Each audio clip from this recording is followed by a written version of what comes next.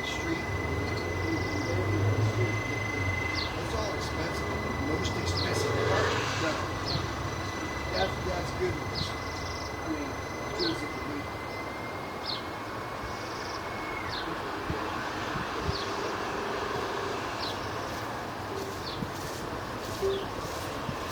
Now we're going to find where this thing comes out. Going back the other way.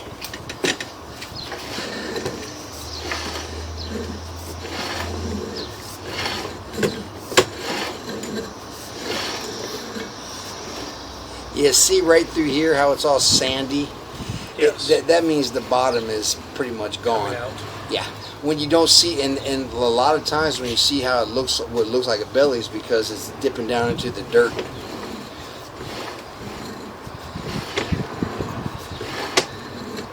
It gets really rocky, and then it gets, either they all fall in or the bottom gets really smooth and gone.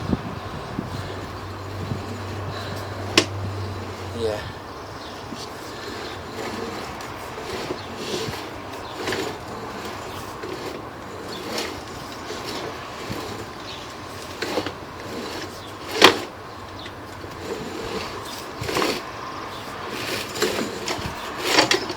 Yeah, I wouldn't even do a liner there because of all that. I would just dig it. It's not that deep.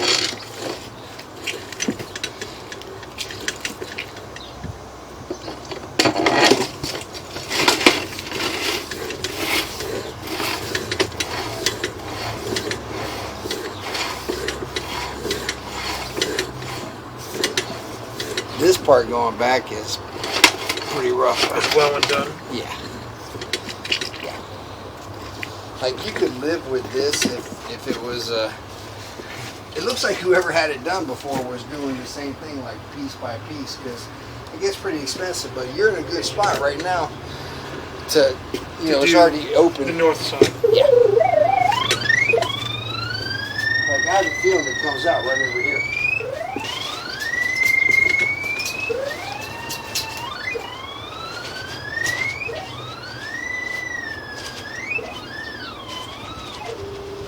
That's about where it goes down in the house. This is where this pipe sticks out. Yes. From here to there is pretty much done.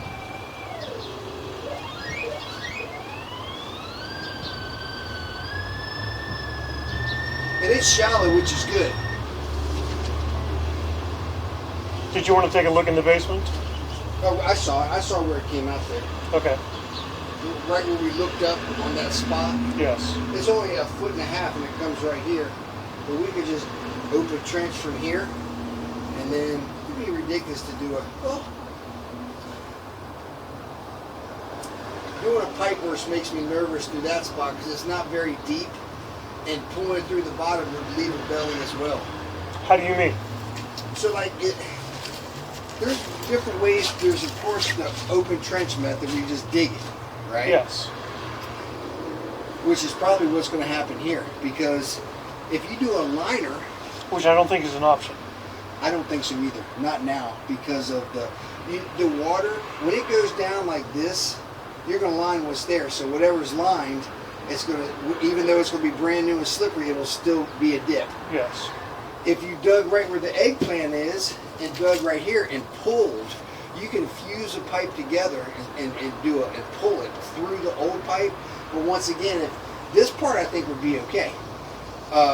But over there where it goes down underwater for so long, I think it would just pull it right through the ground where it's underwater. So once again, you're left with a belly. Okay.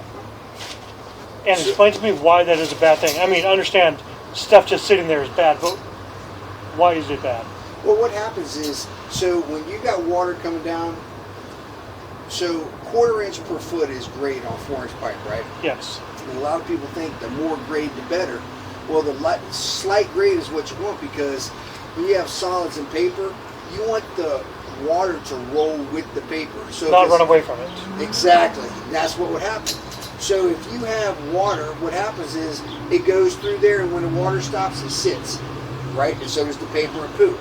And then some more water comes and it sits. And eventually you could build up a 20-foot soft blockage full of crap and paper, right? So now, if it was high volume all the time, it'd be no worries, but it's not. That's exactly right. Okay. Like if you knew it was coming, like say you didn't have no other choice, and you say filled the bathtub and ran it down there, it might wash most of it out. Same as if we had this clean out and it was from there to there, and you came out and pushed it with high pressure water, or snaked it over and over, and you just break little holes until enough to break loose, but you're still stuck with that belly. So, And how do liners handle multiple cleanings? oh, liners, man, those liners are Durable. oh, very. I mean, it's What are they made of? it's made of a resin. One side is a vinyl, and the other side is like wool. And then when you put it in there, it gets blown up with air, and when that epoxy cures, imagine like It's essentially pipe. it is pipe. It starts out flat, like say your sheathing right here for your ductless. Imagine if it was just flat like that. One side was a vinyl and the other side looked like a sock. So that inside of the sock, the part that's wool, when you measure that out, you put a resin in there. You tie the end, you fill it. And in our truck, we have a table that has a press, and you pull it through and just saturates that material 100%. And then you roll it up. And longer ones, you need a drum, but we have what's called a delivery tube or a delivery cannon. Mm-hmm. So you push it all in there, right? And then you have you put that liner in there, and it's got a Schrader valve. You put air to it, and it blows it into the tube. And you just hold it there until it sets. Well, then you put a bladder in there. You take it's the same as what it is, but it's all vinyl, like this yellow tape, except it's smooth. Both ends are like a vinyl. You put it in there, then you put that. You make it a little bit longer. Then you blow that inside of the liner, and that's what holds the air open, and it keeps the liner 100% open on the pipe, and that's how it cures on the inside of the pipe. And when it's done curing, when you pull it out, man, you can drive a tractor trailer over that. It's a 50-year warranty on that. So possible for you, but not a good idea. I would. Because this is shallow, so it's not like digging. It's not a 6 foot. It's not a 6 foot hole by this long. Right over there is only 2 feet. So we can.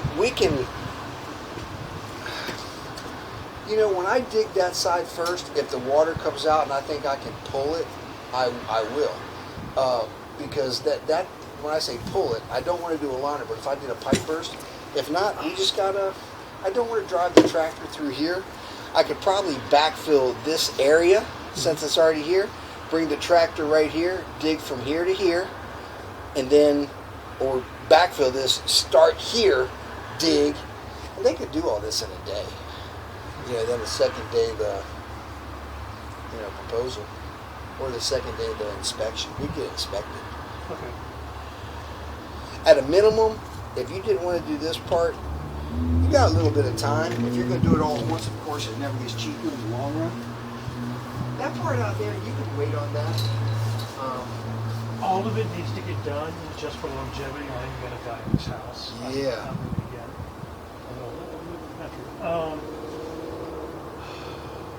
again. It's a matter of both finances and time. Yeah. I need that burden to come through. Yep. So September, and I need the money. I was setting aside money for a new roof next summer. I don't know if the dollar value for this will be. I'm gonna let you know.